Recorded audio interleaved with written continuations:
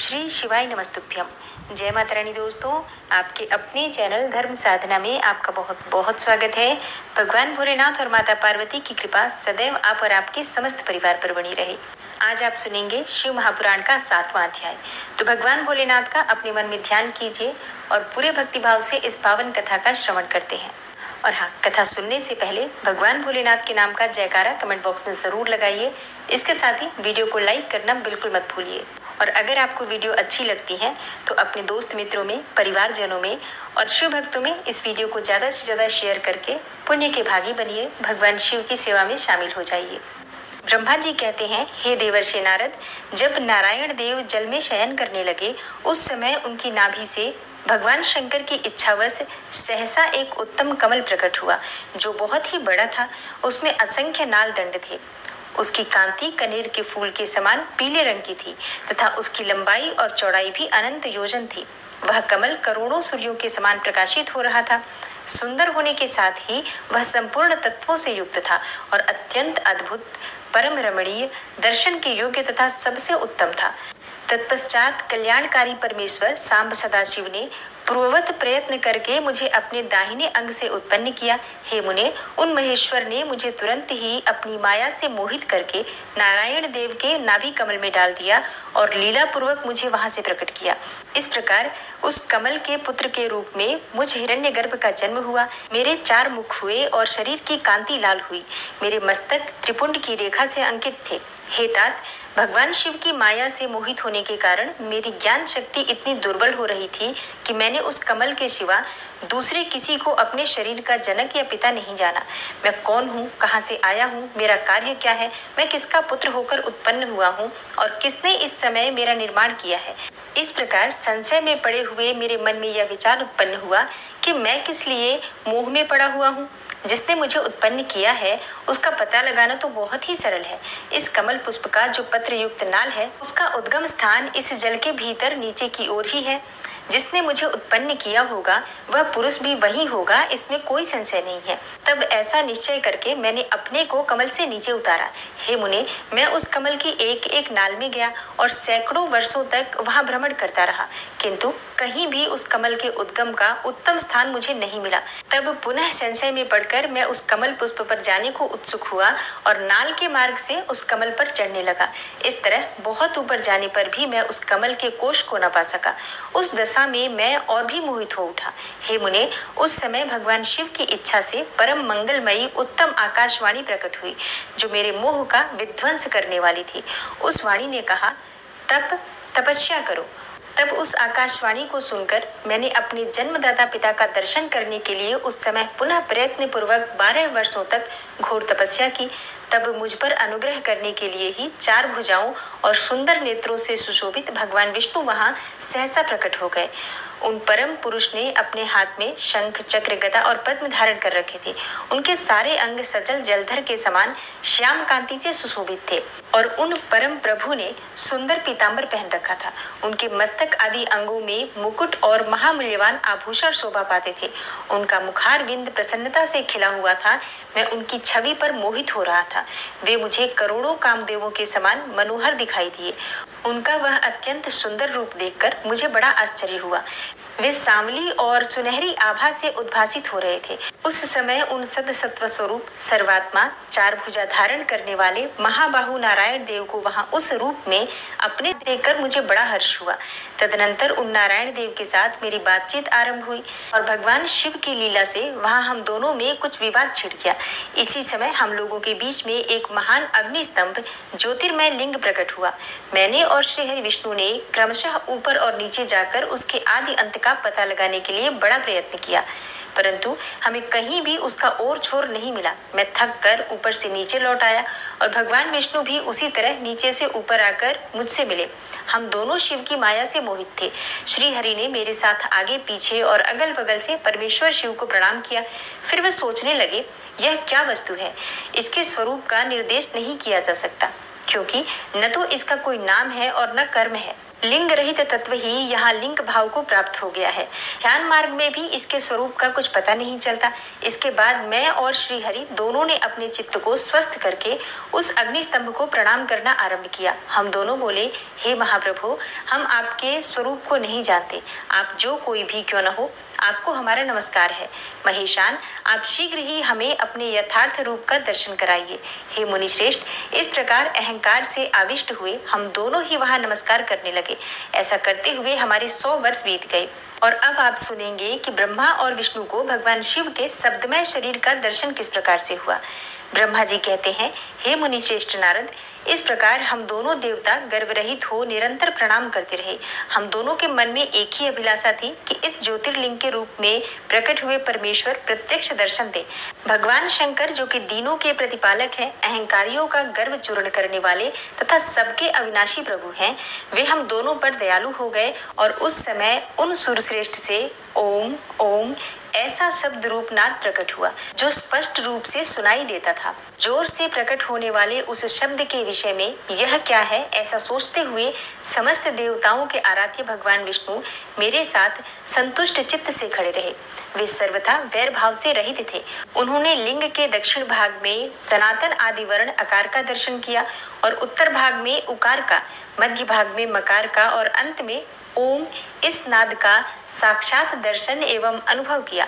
दक्षिण भाग में प्रकट हुए आदिवर्ण आकार को सूर्य मंडल के समान तेजोमय देखकर जब उन्होंने उत्तर भाग में दृष्टिपात किया, तब वहां उकार वर्ण अग्नि के समान दीप्तिशाली दिखाई दिया। हे मुनि श्रेष्ठ, इसी तरह उन्होंने मध्य भाग में मकार को चंद्रमंडल के समान उज्जवल कांति से प्रकाशमान देखा। तदनंतर जब उसके ऊपर दृष्टि डाली, तब शुद्ध स्फटिक मणि के समान निर्मल प्रभा से युक्त, तुर्यातीत, अमल, निष्कल, निरुपद्रव, निर्द्वंद, अद्वितीय, शून्यमय, बाह्य और अभ्यंतर के भेद से रहित, बाह्यांतर भेद से युक्त, जगत के भीतर और बाहर स्वयं ही स्थित, आदि मध्य और अंत से रहित, आनंद के आदिकरण तथा सबके परम आश्रय, सत्य आनंद एवं अमृत स्वरूप पर ब्रह्म का साक्षात्कार किया। उस समय श्री हरि यह सोचने लगे कि यह अग्नि स्तंभ यहाँ कहाँ से प्रकट हुआ है। हम दोनों फिर इसकी परीक्षा करें। मैं इस अनुपम अनल स्तंभ के नीचे जाऊंगा, ऐसा विचार करते हुए श्री हरि ने वेद और शब्द दोनों के आवेश से युक्त विश्वात्मा शिव का चिंतन किया। तब वहां एक ऋषि प्रकट हुए जो ऋषि समूह के परम सार रूप माने जाते हैं। उन्हीं ऋषि के द्वारा परमेश्वर श्री विष्णु ने जाना कि इस शब्द ब्रह्ममय शरीर वाले परम लिंग के रूप में साक्षात पर ब्रह्म स्वरूप महादेव जी ही यहाँ प्रकट हुए हैं। ये चिंता रहित अथवा अचिंत्य रुद्र है। जहाँ जाकर मन सहित वाणी उसे प्राप्त किए बिना ही लौट आती है, उस पर ब्रह्म परमात्मा शिव का वाचक एकाक्षर प्रणव ही है। वे इसके वाच्यार्थ रूप है। वह सुवर्णमय अंड के रूप में ही बताने योग्य था। उसका और कोई विशेष लक्षण नहीं लक्षित होता था। वह दिव्य अंड अनेक वर्षों तक जल में ही स्थित रहा। तदनंतर 1000 वर्ष के बाद उस अंड के 2 टुकड़े हो गए और जल में स्थित हुआ वह अंड अजन्मा ब्रह्मा जी की उत्पत्ति का स्थान था और साक्षात महेश्वर के आघात से ही फूटकर 2 भागों में बट गया था। उस अवस्था में उसका ऊपर स्थित हुआ सुवर्णमय कपाल बड़ी शोभा पाने लगा। वही द्युलोक के रूप में प्रकट हुआ था तथा जो उसका दूसरा नीचे वाला कपाल था, वही यह 5 लक्षणों से युक्त पृथ्वी है। उस अंड से चतुर्मुख ब्रह्मा उत्पन्न हुए जिनकी क संख्या है और वे समस्त लोकों के सृष्टा हैं। इस प्रकार वे भगवान महेश्वर ही अ, उ और म इन त्रिविध रूपों में वर्णित हुए हैं। इसी अभिप्राय से उन ज्योतिर्लिंग स्वरूप सदाशिव ने ओम ओम ऐसा कहा। यह बात यजुर्वेद के श्रेष्ठ मंत्र कहते हैं। यजुर्वेद के उन श्रेष्ठ मंत्रों का ये कथन सुनकर ऋचाओं और साम मंत्रों ने भी हमसे आदर पूर्वक कहा, हे हरे, हे ब्रह्मन, यह बात ऐसी ही है। इस तरह देवेश्वर शिव को जानकर श्री हरि ने शक्ति संभूत मंत्रों द्वारा उत्तम एवं महान अभ्युदय से शोभित होने वाले उन महेश्वर देव का स्तवन किया। इसी बीच में मेरे साथ विश्वपालक भगवान विष्णु ने एक और भी अद्भुत एवं सुंदर रूप देखा। हे मुने, यह रूप 5 मुखों वाला और 10 भुजाओं से अलंकृत था। उसकी कांति कर्पूर के समान गौर थी।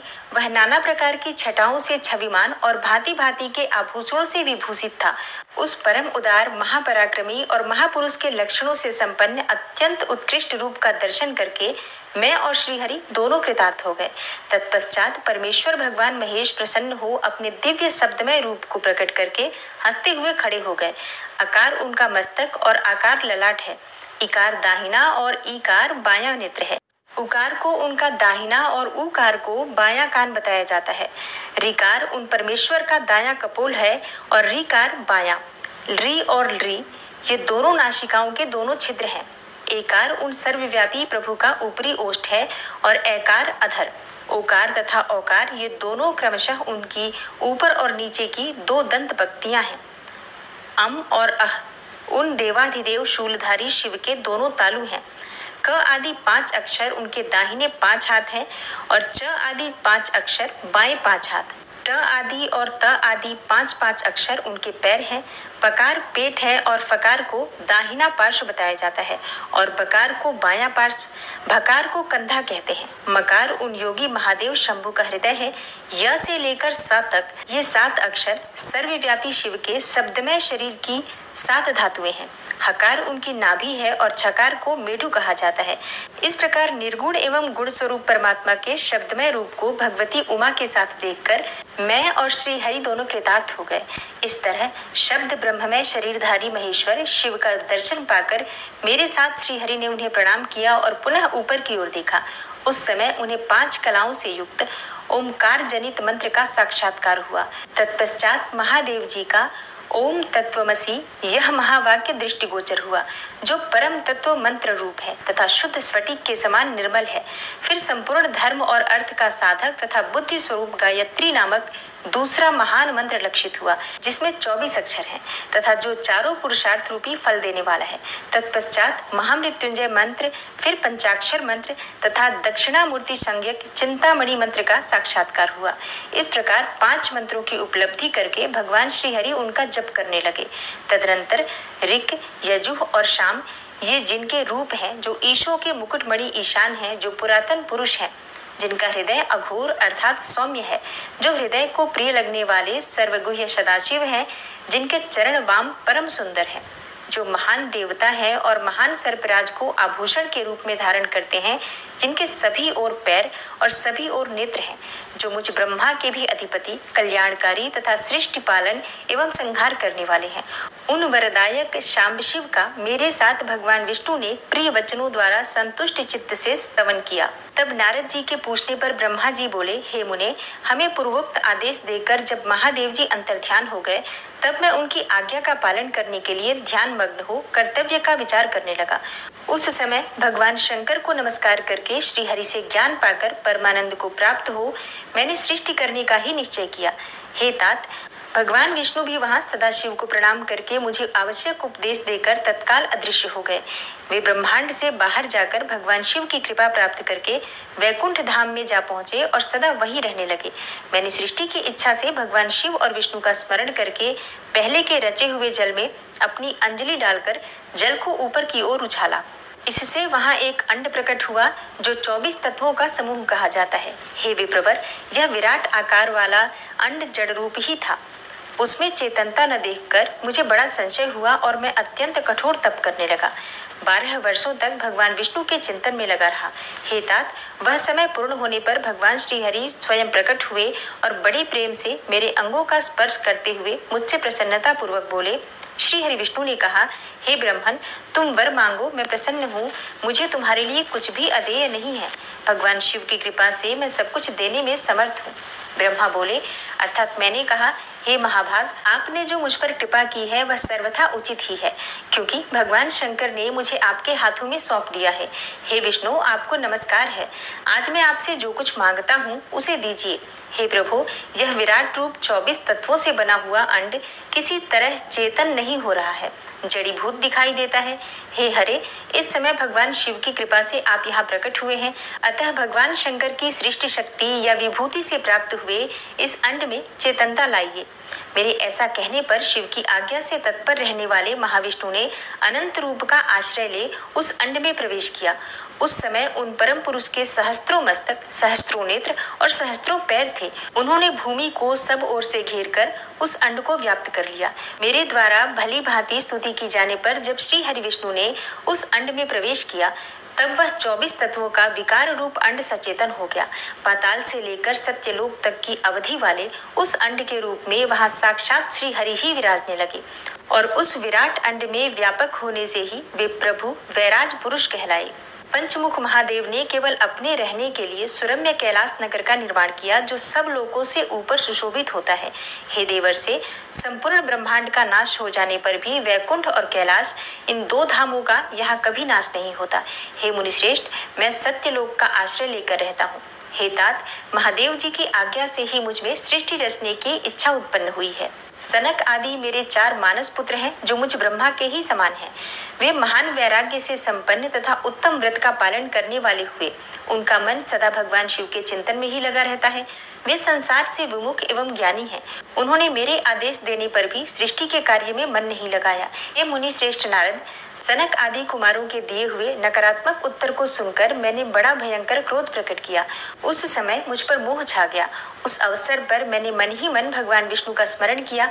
वे शीघ्र ही आ गए और उन्होंने समझाते हुए मुझसे कहा, तुम भगवान शिव की प्रसन्नता के लिए तपस्या करो। हे मुनिश्रेष्ठ, श्री हरि ने जब मुझे ऐसी शिक्षा दी, तब मैं महाघोर एवं उत्कृष्ट तप करने लगा। सृष्टि के लिए तपस्या करते हुए मेरी दोनों भौहों और नासिका के मध्य भाग से, जो उनका अपना ही अविमुक्त नामक स्थान है, महेश्वर की 3 मूर्तियों में से अन्यतम पूर्णांश सर्वेश्वर एवं दयासागर भगवान शिव अर्धनारीश्वर रूप में प्रकट हुए, जो जन्म से रहित तेज की राशि, सर्वज्ञ तथा सर्वश्रेष्ठा है।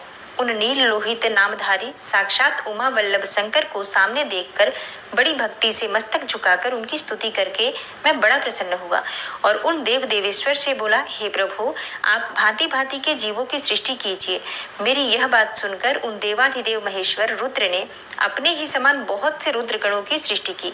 तब मैंने अपने स्वामी महेश्वर महारुद्र से फिर कहा, हे देव, आप ऐसे जीवों की सृष्टि कीजिए जो जन्म और मृत्यु के भय से युक्त हो। हे मुनिश्रेष्ठ, मेरी ऐसी बात सुनकर करुणा सागर महादेव जी हंस पड़े और तत्काल इस प्रकार बोले। महादेव जी ने कहा, विधाता, मैं जन्म और मृत्यु के भय से युक्त अशोभन जीव की सृष्टि नहीं करूंगा, क्योंकि वे कर्मों के अधीन हो दुख के समुद्र में डूबे रहेंगे। मैं तो दुख के सागर में डूबे हुए उन जीवों का उद्धार मात्र करूंगा। गुरु का स्वरूप धारण करके उत्तम ज्ञान प्रदान कर उन सबको संसार सागर से पार करूंगा। हे प्रजापते, दुख में डूबे हुए सारे जीवों की सृष्टि तो तुम ही करोगे। मेरी आज्ञा से इस कार्य में प्रवृत्त होने के कारण तुम्हें माया नहीं बांध सकेगी। मुझसे ऐसा कहकर श्रीमान भगवान नील लोहित महादेव मेरे देखते देखते अपने पार्षदों के साथ वहां से तत्काल तिरोहित हो गए। सूत जी कहते हैं, हे मुनीश्वरों, ब्रह्मा जी की यह बात सुनकर नारद जी ने विनय पूर्वक उन्हें प्रणाम किया और पुनः पूछा, हे भगवान, भक्तवत्सल भगवान शंकर कैलाश पर्वत पर कब गए और महात्मा कुबेर के साथ उनकी मैत्री कब हुई? परिपूर्ण मंगल विग्रह महादेव जी ने वहां क्या किया? यह सब मुझे बताइए, क्योंकि इसे सुनने के लिए मेरे मन में बड़ा कौतूहल है। ब्रह्मा जी ने कहा, हे नारद, सुनो, चंद्रमौली भगवान शंकर के चरित्र का वर्णन करता हूँ। वे कैसे कैलाश पर्वत पर गए और कुबेर की उनके साथ किस प्रकार मैत्री हुई, यह सब सुनाता हूँ। कांपिल्य नगर में यज्ञदत्त नाम से प्रसिद्ध एक ब्राह्मण रहते थे, जो बड़े ही सदाचारी थे। उनके एक पुत्र हुआ जिसका नाम गुणनिधि था। वह बड़ा ही दुराचारी और जुआरी हो गया था।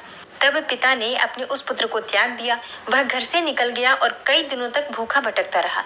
एक दिन वह नैवेद्य चुराने की इच्छा से एक शिव मंदिर में गया। वहां उसने अपने वस्त्र को जलाकर उजाला किया। यह मानो उसके द्वारा भगवान शिव के लिए दीप दान किया गया। तत्पश्चात वह चोरी में पकड़ा गया और उसे प्राण दंड मिला। अपने कुकर्मों के कारण वह यमदूतों द्वारा बांधा गया। इतने में ही भगवान शिव के पार्षद वहां आए और उन्होंने उसे उनके बंधन से छुड़ा दिया। शिव गणों के संग से उसका हृदय शुद्ध हो गया। अतः वह उन्हीं के साथ तत्काल शिवलोक में चला गया। वहां सारे दिव्य भोगों का उपभोग तथा उमा महेश्वर का सेवन करके कालांतर में वह कलिंगराज अरिंदम का पुत्र हुआ। वहां उसका नाम था दम। वह निरंतर भगवान शिव की सेवा में लगा रहता था और बालक होने पर भी वह दूसरे बालकों के साथ शिव का भजन किया करता था। वह क्रमशः युवावस्था को प्राप्त हुआ और पिता के परलोक गमन के पश्चात राज सिंहासन पर बैठा। राजा दम बड़ी प्रसन्नता के साथ सब ओर शिव धर्मों का प्रचार करने लगे। भूपाल दम का दमन करना दूसरों के लिए सर्वथा कठिन था। हे ब्राह्मण, समस्त शिवालयों में दीपदान करने के अतिरिक्त वो किसी दूसरे धर्म को नहीं जानते थे। उन्होंने अपने राज्य में रहने वाले समस्त ग्रामाध्यक्षों को बुलाकर यह आज्ञा दे दी कि शिव मंदिर में दीपदान करना सबके लिए अनिवार्य होगा। जिस जिस ग्रामाध्यक्ष के गांव के पास जितने शिवालय हों, वहां वहां बिना कोई विचार किए सदा दीप जलाना चाहिए। आजीवन इसी धर्म का पालन करने के कारण राजा दम ने बहुत बड़ी धर्म संपत्ति का संचय कर लिया। फिर वे काल धर्म के अधीन हो गए। दीपदान की वासना से युक्त होने के कारण उन्होंने शिवालयों में बहुत से दीप जलवाए और उसके फलस्वरूप जन्मांतर में वे रत्नमय दीपों की प्रभा के आश्रय हो अलकापुरी के स्वामी हुए। इसी प्रकार भगवान शिव के लिए किया हुआ थोड़ा सा भी पूजन या आराधन समयानुसार महान फल देता है। ऐसा जानकर उत्तम सुख की इच्छा रखने वाले लोगों को शिव का भजन अवश्य करना चाहिए। वह दीक्षित का पुत्र जो सदा सब प्रकार के अधर्मों में ही रचा पचा रहता था, दैव योग से शिवालय में धन चुराने के लिए गया और उसने स्वार्थवश अपने कपड़े की दीपक की बत्ती बनाकर उसके प्रकाश से शिवलिंग के ऊपर का अंधेरा दूर कर दिया। इस सत्कर्म के फलस्वरूप वह कलिंग देश का राजा हुआ और धर्म में उसका अनुराग हो गया। फिर दीप की वासना का उदय होने से शिवालयों में दीप जलवाकर उसने यह दिक्पाल का पद पा लिया। हे मुनीश्वर, देखो तो सही, कहाँ उसका यह कर्म और कहाँ यह दिक्पाल की पदवी, जिसका वह मानव धर्मा प्राणी इस समय यहाँ उपभोग कर रहा है। हे तात, यह तो उसके ऊपर शिव के संतुष्ट होने की बात बताई गई। अब एक चित्त होकर यह सुनो कि किस प्रकार सदा के लिए उसकी भगवान शिव के साथ मित्रता हो गई। मैं इस प्रसंग का तुमसे वर्णन करता हूँ। हे नारद, पहले के पाद्म कल्प की बात है। मुझ ब्रह्मा के मानस पुत्र पुलस्त्य से विश्रवा का जन्म हुआ और विश्रवा के पुत्र वैश्रवण अर्थात कुबेर हुए। उन्होंने पूर्व काल में अत्यंत उग्र तपस्या के द्वारा त्रिनेत्रधारी महादेव की आराधना करके विश्वकर्मा की बनाई हुई इस अलकापुरी का उपभोग किया। जब वह कल्प व्यतीत हो गया और मेघ वाहन कल्प प्रारंभ हुआ, उस समय वह यज्ञदत्त का पुत्र जो प्रकाश का दान करने वाला था, कुबेर के रूप में अत्यंत दुष्ट तपस्या करने लगा। दीप दान मात्र से मिलने वाली शिव भक्ति के प्रभाव को जानकर शिव की चित्त प्रकाशिका काशिकापुरी में गया और अपने चित्त रूपी रत्नमय प्रदीपों से 11 रुद्रों को उद्बोधित करके अनन्य भक्ति एवं स्नेह से संपन्न होकर वह तन्मयता पूर्वक शिव के ध्यान में मग्न होकर निश्चल भाव से बैठ गया। जो शिव की एकता का महान पात्र है, तप रूपी अग्नि से बढ़ा हुआ है, काम क्रोध आदि महाविघ्न रूपी पतंगों के आघात से शून्य है, प्राण निरोध रूपी वायु शून्य स्थान में निश्चल भाव से प्रकाशित है, निर्मल दृष्टि के कारण स्वरूप से भी निर्मल है तथा सद्भाव रूपी पुष्पों से जिसकी पूजा की गई है। ऐसे शिवलिंग की प्रतिष्ठा करके वह तब तक तपस्या में लगा रहा जब तक उसके शरीर में केवल अस्थि और चर्म मात्र ही अवशिष्ट नहीं रह गए। इस प्रकार उसने 10,000 वर्षों तक तपस्या की। तदनंतर विशालाक्षी पार्वती देवी के साथ भगवान विश्वनाथ कुबेर के पास आए। उन्होंने प्रसन्न चित्त से अलकापति की ओर देखा। वे शिवलिंग में मन को एकाग्र करके ठूठे काठ की भांति स्थिर भाव से बैठे थे। भगवान शिव ने उनसे कहा, अलकापति, मैं वर देने के लिए उद्यत हूँ, तुम अपना मनोरथ तो बताओ। यह वाणी सुनकर तपस्या के धनी कुबेर ने ज्यों ही आंखें खोलकर देखा, त्यों ही उमा वल्लभ भगवान श्रीकंठ सामने खड़े दिखाई दिए। वे उदय काल के सहस्त्रों सूर्यों से भी अधिक तेजस्वी थे और उनके मस्तक पर चंद्रमा अपनी चांदनी बिखेर रहे थे। भगवान शंकर के तेज से उसकी आंखें चौंधी आ गई, उनका तेज प्रतिहत हो गया और वे नेत्र बंद करके मनोरथ से भी परे विराजमान देव देवेश्वर शिव से बोले, हे नाथ, मेरे नेत्रों को वह दृष्ट शक्ति दीजिए जिससे आपके चरणार बिंदु का दर्शन हो सके। हे स्वामिन, आपका प्रत्यक्ष दर्शन हो, यही मेरे लिए सबसे बड़ा वर है। हे ईश, दूसरे किसी वर से मेरा क्या प्रयोजन है। चंद्रशेखर, आपको नमस्कार है। कुबेर की यह बात सुनकर देवाधिदेव उमापति ने अपनी हथेली से उनका स्पर्श करके उन्हें देखने की शक्ति प्रदान की। दृष्टि शक्ति मिल जाने पर यज्ञदत्त के उस पुत्र ने आंखें फाड़ फाड़ कर पहले उमा की ओर ही देखना आरंभ किया। वह मन ही मन सोचने लगा, भगवान शंकर के समीप यह सर्वांग सुंदरी कौन है? इसने कौन सा ऐसा तप किया है जो मेरी भी तपस्या से बढ़ गया है? यह रूप, यह प्रेम, यह सौभाग्य और यह असीम शोभा सभी अद्भुत है। वह ब्राह्मण कुमार बार बार यही कहने लगा। जब बार बार यही कहता हुआ वह क्रूर दृष्टि से उनकी ओर देखने लगा, तब वामा के अवलोकन से उसकी बाईं आंख फूट गई। तदनंतर देवी पार्वती ने महादेव जी से कहा, हे प्रभु, यह दुष्ट तपस्वी बार बार मेरी ओर देखकर क्या बक रहा है? आप मेरी तपस्या के तेज को प्रकट कीजिए। देवी की यह बात सुनकर भगवान शिव ने हंसते हुए उनसे कहा, हे उमे, यह तुम्हारा पुत्र है। यह तुम्हें क्रूर दृष्टि से नहीं देखता, अपितु तुम्हारी तपह संपत्ति का वर्णन कर रहा है। देवी से ऐसा कहकर भगवान शिव पुनः उस ब्राह्मण कुमार से बोले, हे वत्स, मैं तुम्हारी तपस्या से संतुष्ट होकर तुम्हें वर देता हूँ कि तुम निधियों के स्वामी और गुह्यों के राजा हो जाओ। सुव्रत, यक्षों, किन्नरों और राजाओं के भी राजा होकर पुण्यजनों के पालक और सबके लिए धन के दाता बनो। मेरे साथ तुम्हारी सदा मैत्री बनी रहेगी और मैं नित्य तुम्हारे निकट निवास करूंगा। हे मित्र, तुम्हारी प्रीति बढ़ाने के लिए मैं अलका के पास ही रहूंगा। आओ, इन उमा देवी के चरणों में साष्टांग प्रणाम करो, क्योंकि ये तुम्हारी माता है। महाभक्त यज्ञदत्त कुमार, तुम अत्यंत प्रसन्न चित्त से इनके चरणों में गिर जाओ। ब्रह्मा जी कहते हैं, हे नारद, इस प्रकार वर देकर भगवान शिव ने पार्वती देवी से फिर कहा, हे देवेश्वरी, इस पर कृपा करो। तपस्विनी, यह तुम्हारा पुत्र है।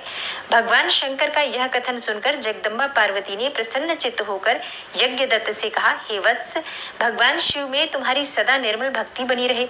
तुम्हारी बाई आंख तो फूट ही गई है, इसलिए एक ही पिंगल नेत्र से युक्त रहो। और महादेव जी ने जो तुम्हें वर दिए हैं वे सब तुम्हें उसी रूप में सुलभ हो।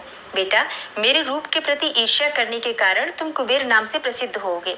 इस प्रकार कुबेर को वर देकर भगवान महेश्वर पार्वती देवी के साथ अपने विश्वेश्वर धाम में चले गए। इस तरह कुबेर ने भगवान शंकर की मैत्री प्राप्त की और अलकापुरी के पास जो कैलाश पर्वत है वह भगवान शंकर का निवास हो गया। ब्रह्मा जी कहते हैं, हे नारद, हे मुने, कुबेर के तपोबल से भगवान शिव का जिस प्रकार पर्वत श्रेष्ठ कैलाश पर शुभागमन हुआ वह प्रसंग सुनो। कुबेर को वर देने वाले विश्वेश्वर शिव जब उन्हें निधिपति होने का वर देकर अपने उत्तम स्थान को चले गए, तब उन्होंने मन ही मन इस प्रकार विचार किया, ब्रह्मा जी के ललाट से जिनका प्रादुर्भाव हुआ है तथा जो प्रलय का कार्य संभालते हैं, वे रुद्र मेरे पूर्ण स्वरूप हैं। अतः उन्हीं के रूप में मैं गुह्यकों के निवास स्थान कैलाश पर्वत को जाऊंगा और उन्हीं के रूप में मैं कुबेर का मित्र बनकर उसी पर्वत पर विलास पूर्वक रहूंगा और बड़ा भारी तप करूंगा। शिव की इस इच्छा का चिंतन करके उन रुद्रदेव ने कैलाश जाने के लिए उत्सुक होकर डमरू बजाया। डमरू की वह ध्वनि जो उत्साह बढ़ाने वाली थी, तीनों लोकों में व्याप्त हो गई। उसका विचित्र एवं गंभीर शब्द आह्वान की गति से युक्त था, अर्थात सुनने वालों को अपने पास आने के लिए प्रेरणा दे रहा था। उस ध्वनि को सुनकर मैं तथा श्री हरि विष्णु आदि सभी देवता, ऋषि, मूर्तिमान, आगम, निगम और सिद्ध वहां आ पहुंचे। देवता और असुर आदि सब लोग बड़े उत्साह में भरकर वहां आए। भगवान शिव के समस्त पार्षद तथा सर्वलोक वंदित महाभाग गणपाल जहाँ कहीं भी थे वहां से आ गए।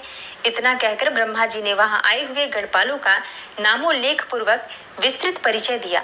फिर इस प्रकार कहना आरंभ किया। वे बोले, वहां असंख्य महाबली गणपाल पधारे। वे सब के सब सहस्त्रों भुजाओं से युक्त थे और मस्तक पर जटा का ही मुकुट धारण किए हुए थे। सभी चंद्रचूड़, नीलकंठ और त्रिलोचन थे।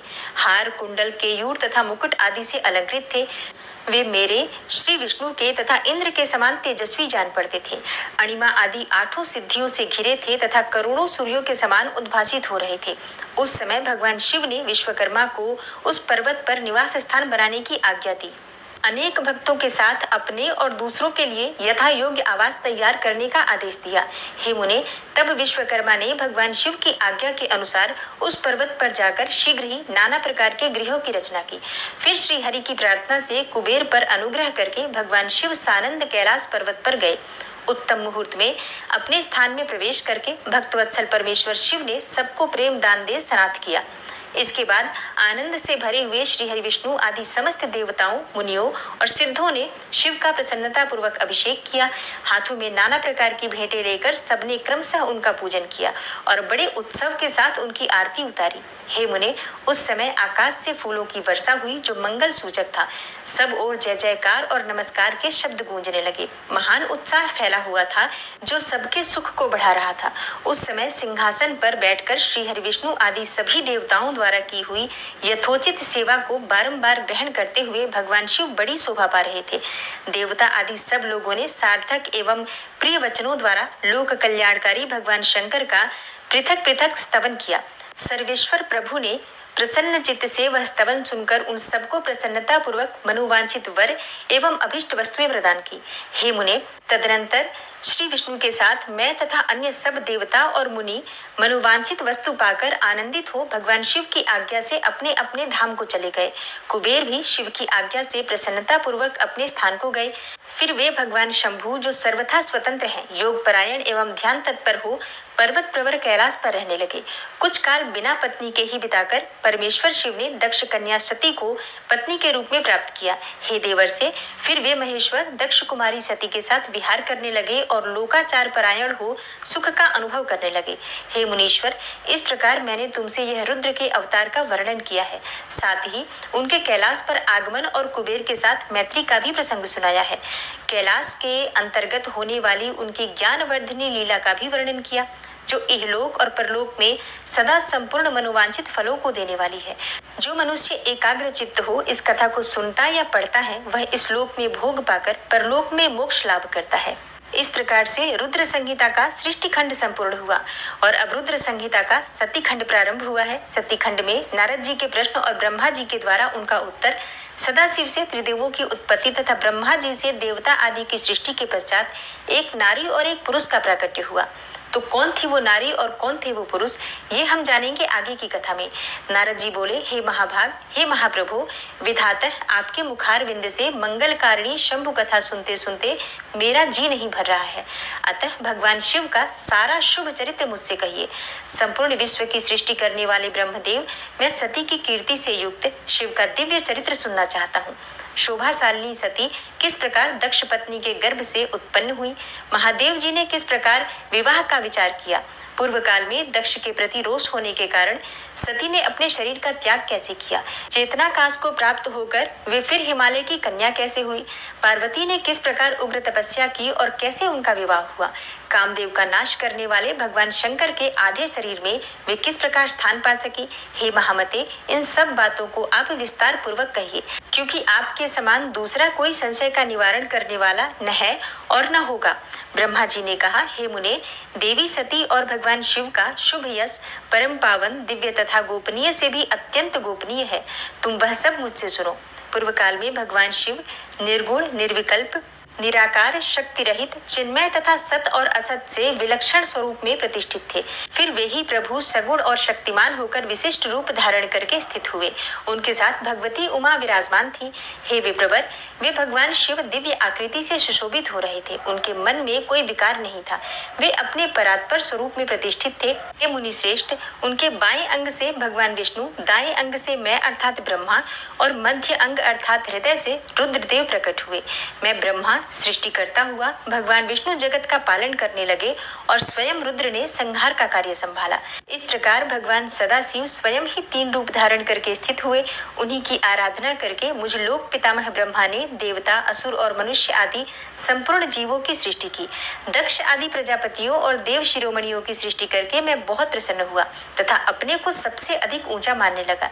हे मुने, जब मरीचि, अत्रि, पुलह, पुलस्त्य, अंगिरा, क्रतु, वशिष्ठ, नारद, दक्ष और भृगु, इन महान प्रभावशाली मानस पुत्रों को मैंने उत्पन्न किया, तब मेरे हृदय से अत्यंत मनोहर रूप वाली एक सुंदरी नारी उत्पन्न हुई, जिसका नाम संध्या था। वह दिन में क्षीण हो जाती, परंतु सायंकाल में उसका रूप सौंदर्य खिल उठता था। वह मूर्तिमती सायं संध्या ही थी और निरंतर किसी मंत्र का जप करती रहती थी।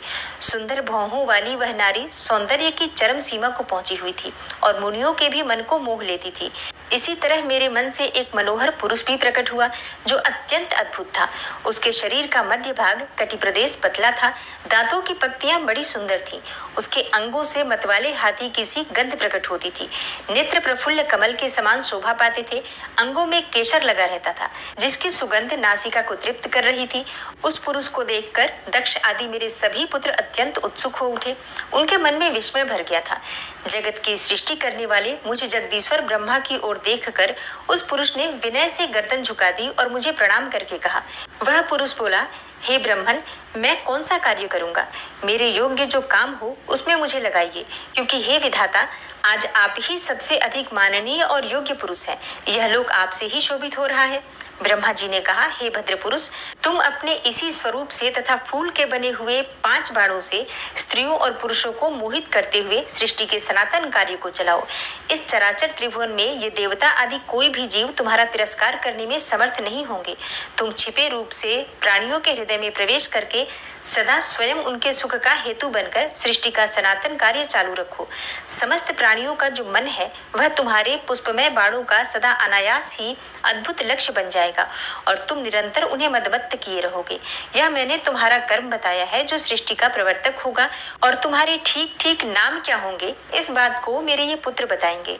ब्रह्मा जी कहते हैं, हे मुने, तदनंतर मेरे अभिप्राय को जानने वाले मरीचि आदि मेरे पुत्र सभी मुनियों ने उस पुरुष का उचित नाम रखा।